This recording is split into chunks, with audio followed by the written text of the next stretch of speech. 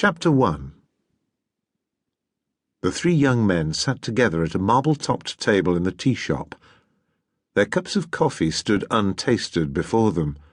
The saucer under Reddy's cup was half full of coffee, slopped into it by an irritated waitress who missed the usual familiar smirk which Morris wantedly bestowed upon her when he gave his order.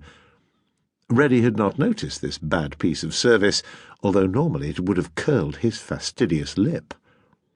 He flicked nervously at the ash of his cigarette and looked across the table at the other two. First Morris, with his scowling brow, his woolly hair horrid with grease, his eyelid drooping and his mouth pulled to one side to keep the cigarette smoke out of his eyes. And then Oldroyd, with his heavy face wrinkled with perplexity. "He knows about it all right, then?" said Morris bitterly. "Certain of it," said Reddy. "I couldn't have made a mistake. What would he have said that about Hunter for if he didn't know?" "It means the sack," said Oldroyd. "It does that." "Tell me something I don't know," sneered Morris. "God damn it, of course it does. We know what Mac's like as well as you do, if not better. The minute he comes back from Glasgow, old Harrison will go trotting in there, and 5 minutes after that Mac's buzzer will go, and Maudie will come and fetch us in to get the key of the street.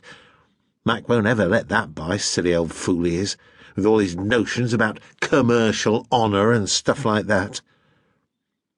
Morris ended by making a noise in the back of his throat, indicating profound disgust. He flung himself back in his chair and filled his lungs deep with cigarette smoke. "And we'll be looking for a job," said Oldroyd. "I've been out before and I know what it's like." There was a North Country flavour about his speech. His eyes were softened into ahs. "Know what it's like? Do you think I don't know too?" said Morris. "Dear sir, in reply to your advertisement in today's Daily Express. Bah! I've done hundreds of them. God, you're lucky compared to me. I got a wife and 2 nippers, don't you forget. And a fat chance we've got of finding another job. Copies of 2 recent testimonials. What sort of testimonials do you think old Mac's going to give us? Sacked for taking bribes. We'll be starving in the streets in a fortnight's time. Jesus, it'll be cold. I've had some.